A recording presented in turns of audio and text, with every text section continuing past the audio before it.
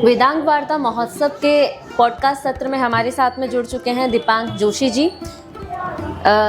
नमस्कार सर। नमस्कार, बहुत स्वागत है आपका। वेलकम। मैं आपसे ज्योतिषी संबंध में एकादशी का क्या महत्व होता है उसके बारे में जानकारी चाहूंगी। सबसे पहले मैं मेरी संस्था का नाम बताऊंगा। डीप एस्ट्रो टॉक मेरी एक संस्था है जिसमें हम एस्ट्रोलॉजी से रिलेटेड सारी चीज़ें बताते हैं, कैसे ग्रह नक्षत्र के बारे में बताते हैं। उसमें से भी एक महत्वपूर्ण पार्ट आता है एकादशी। एकादशी हर किसी को करनी चाहिए।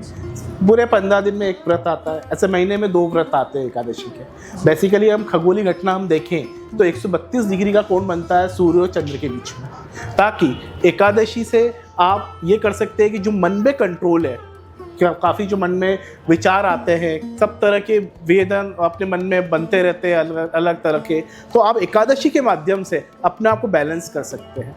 तो चंद्रमा उसका मेन कारक ग्रह है, उस एकादशी को कंट्रोल कर सकते हैं हम एकादशी के माध्यम से। तो इसमें व्रत रखने का क्या महत्व होता है? व्रत रखने से ये महत्व होता है कि हम जब भी व्रत रखते हैं तो सब तरह के विकार भी निकलते जाते हैं। कहते हैं कि जब चंद्रमा एकादशी के टाइम पे जो टाइडल वेव्स बनती है समुद्र के अंदर, उस समय, और जब हमारे जितने भी खनिज होते हैं, जितने भी खलियान होते हैं, उन सब में जितने भी बीजों में एकादशी के टाइम पे सब लोग अपना उत्सर्जन करते हैं, और सब तरह की जीव जंतु भी अपने एकादशी के टाइम पे आप देखेंगे कि वो भी व्रत रखते हैं। तो आप एकादशी व्रत रखने से खासकर जो चंद्रमा जिसका 6, 8, 12 में हो, 6, 8, 12 में चंद्रमा तिर्क भाव में होता है, उस समय मन बहुत विचलित रहता है उन लोगों का, वो भावुक भी काफ़ी होते हैं। तो एकादशी के माध्यम से अपने आप को स्ट्रॉन्ग बना सकते हैं।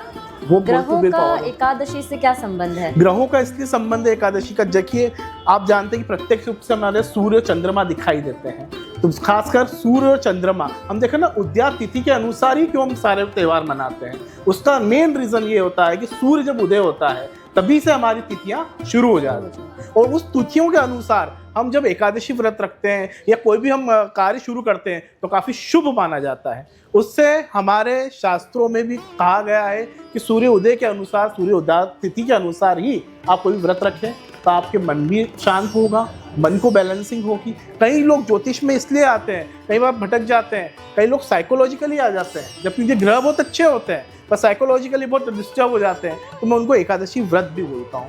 साथ साथ में एकादशी के साथ प्रदोष व्रत भी करना चाहिए। मान्यता यह है कि भगवान शिव एकादशी करते हैं और भगवान कृष्ण, भगवान विष्णु शिव जी के लिए प्रदोष व्रत रखते हैं, ताकि दोनों एक दूसरे के आराध्य हैं, आप अच्छे से जानते हैं। तो ज्योतिष में इसका बहुत बड़ा महत्व है। तो अलग अलग पक्ष की जो एकादशी होती है, कृष्ण पक्ष और शुक्ल पक्ष, दोनों का अपना प्रभाव है। अपना प्रभाव है। खासकर जो अधिकतर कृष्ण पक्ष में जो पैदा होते हैं उनको भी एकादशी कृष्ण पक्ष की ज़्यादा करेंगे, ज़्यादा बेनिफिट है। और शुक्ल पक्ष की तरफ अगर हम जन्म लेते हैं या कुछ होते हैं तो उनके लिए करेंगे, पर दोनों ही एकादशी करने से ज़्यादा महत्व मिलता है, ताकि दोनों का हमारा बल बढ़ता है, चंद्र बल। ज्योतिषीय उपाय के रूप में अगर देखा जाए तो एकादशी का क्या महत्व है, क्या बताना? अगर ज्योतिष के उपाय के महत्व देखें, जैसे किसी का गुरु दिग्बली है, गुरु बिल्कुल डाउन है, गुरु नीच का है, तो आप एकादशी करके उसको अच्छा कर सकते हैं।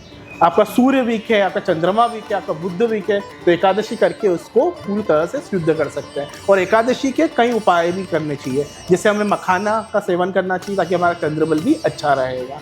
तो ऐसे अलग अलग हमारे वेदों में बताया गया है कि किस तरह से अनाज हम यूज़ कर सकते हैं जिससे हमारा सारी चीज़ें बैलेंस हो सकती है। जी दीपांक जी, बहुत ही अच्छी जानकारी दी आपने एकादशी के विषय में। जुड़ने के लिए धन्यवाद। धन्यवाद।